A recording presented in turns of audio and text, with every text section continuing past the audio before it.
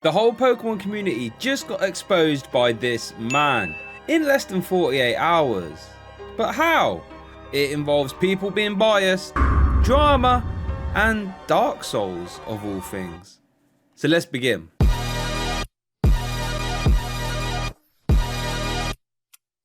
But how? What could cause such seismic activity in the Pokemon TCG community?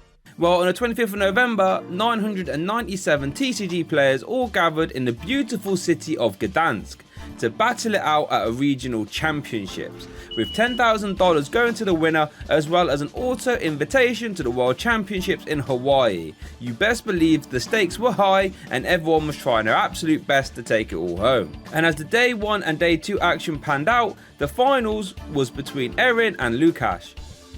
And it was Lukash that managed to cause quite the stir, since he managed to win the regionals in quite convincing fashion too. And in doing so, he exposed the whole Pokemon community. How? Well, the deck he was playing was Snorlax Stall, and it's this that managed to get right under the skin of the community. A deck where you actually win the game without taking prize cards.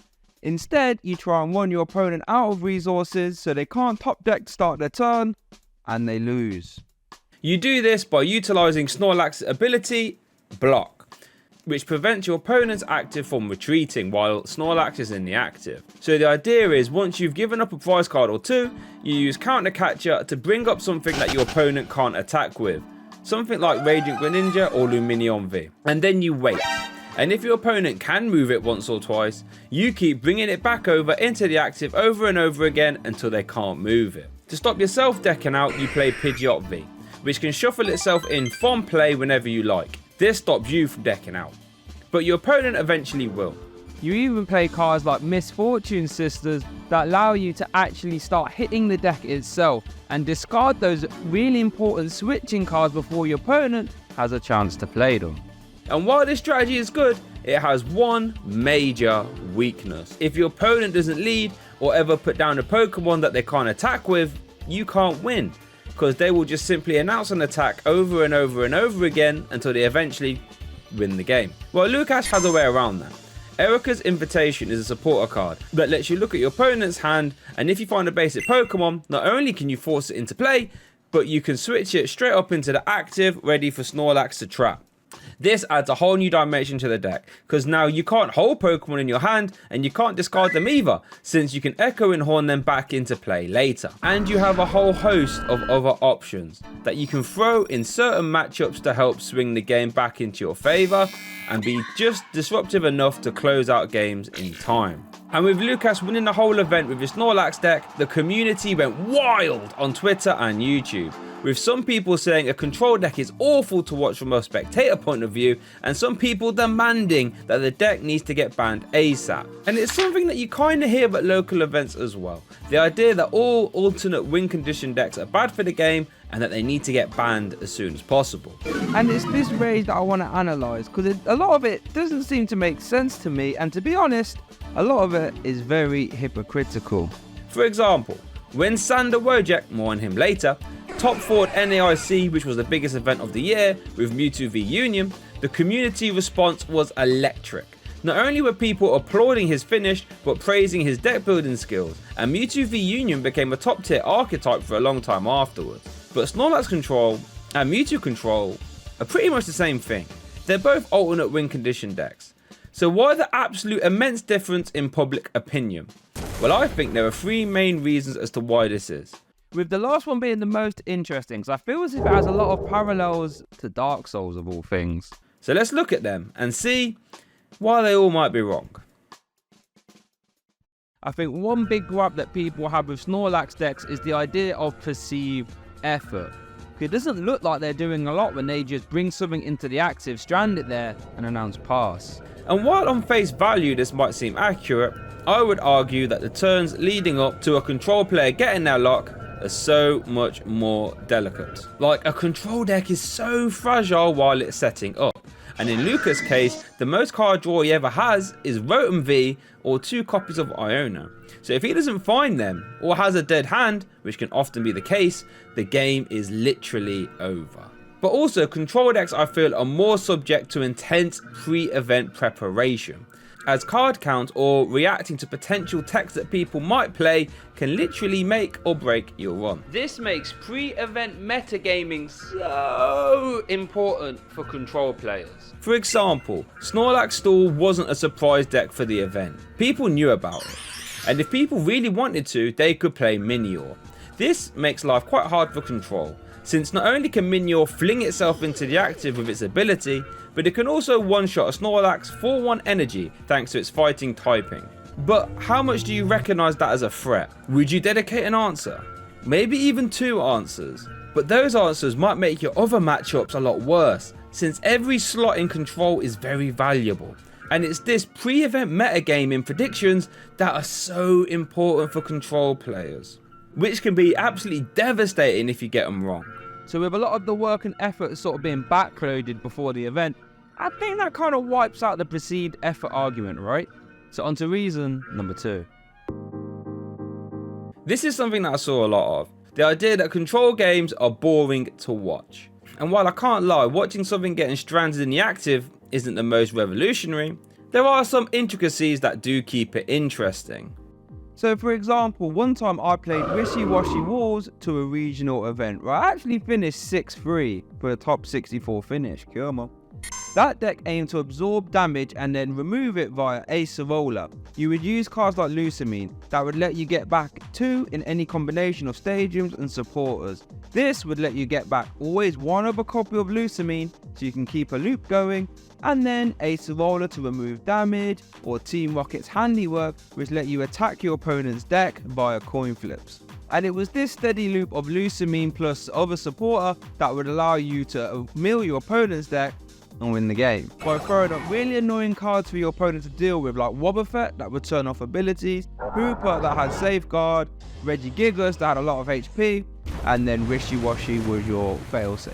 And that actually started off really well. I was like 3-0 I think going into round 4. I won game 1, my opponent won game 2. So we're both shuffling up for game 3 thinking chances are I can't really win the game, but my opponent could easily donk me or something like this, so I had to be careful. But either way, I managed to get my opponent into a lock real fast, but I was really time conscious, so I ended up basically throwing the game. Instead of Lusamining for a Lusamine plus Rocket's Handiwork, instead I Lusamined for 2 copies of Team Rocket's Handiwork. My thinking was that I haven't got a lot of time left, so I need to just play Rockets 2 turns in a row and try and discard my opponent fast.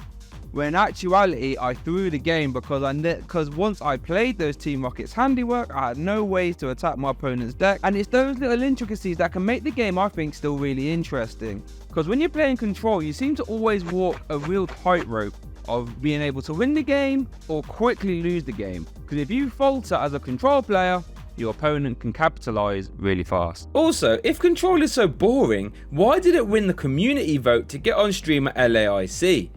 Where funnily enough we saw an absolute masterclass in how to play against Stall, which takes us nicely to our 3rd and final grievance with Stall. By far I think this is people's main gripe with Stall decks, is that when you lose it's a long drawn out game that can be very demoralizing.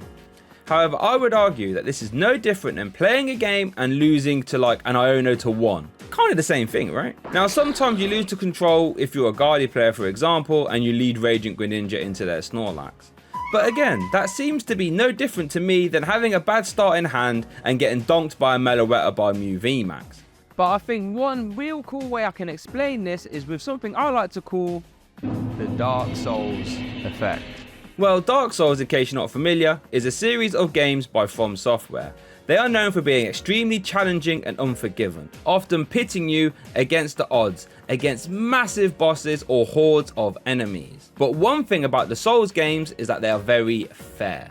All damage that you receive is always 100% your fault. You could have dodged, you could have rolled, or you could have blocked. And it's this fair but hard challenge that make the community have a real big polarized opinion on the Souls games. Some people absolutely hate it. They say it's too hard, it's too challenging, and it's so unforgiving. But then you get some people like myself that absolutely adore it. I find that fair but hard challenge to be so addictive and always makes you want to come back for more. Because I know when I messed up, it's my fault. All I have to do is improve and then I'll win. And I think control decks fit into this analogy nicely. Because most of the time, you do have a way to consistently beat control. And if you don't think so, that's probably on you. Because most decks do have an avenue to beat control, you might just not know it. But even if you do know the way, you start to get a little bit nervous. You get a little bit antsy. You start to look at the clock and you think, let me take one little risk here. Let me take one little risk here on turn 3. Discard this. I won't need that. And then it comes back to haunt you on like turn 15 because control will punish any mistakes. It's just not immediate. And that's what I think a lot of players are overlooking. And that's no different to how a Dark Souls boss will punish a cheeky extra attack here or a risky heal there. It's the exact same thing. Because like the first time I played Dark Souls, I hated the game. I didn't see a reason to play it. But then years later, I tried it again and completely fell in love with it. That's not to say that I love control or stall decks now. I don't really play them myself anymore, to be honest. But I can appreciate them and all the hard work it takes to pilot them and build them. Like if we look at some of Sander's other decks that he's played before, like Umbreon's Sun and Moon Badge loop, like who honestly could have seen that coming? Most people forgot that Sun and Moon Badge was even in format. That was one of my favourite moments of EUIC 2022. Or the stage 1 box deck from Liverpool Regionals, where we saw cards like this little Rabombi, or even the Reggie Gigas V-Star from Utrecht, or my personal favourite Cat A Day Mill. Like what even is that? These are cards that no one else could ever make work in strategies that I could barely comprehend when I'm first looking at the deck list for the first time. So with that unholy amount of gameplay knowledge, format knowledge and metagaming, how can you possibly hate it? I don't know. So do us all a favour, don't hate it, stop calling for cards to get banned because I promise you they won't. Just play Pokemon and have fun. How's about that? Like, comment and subscribe, baby.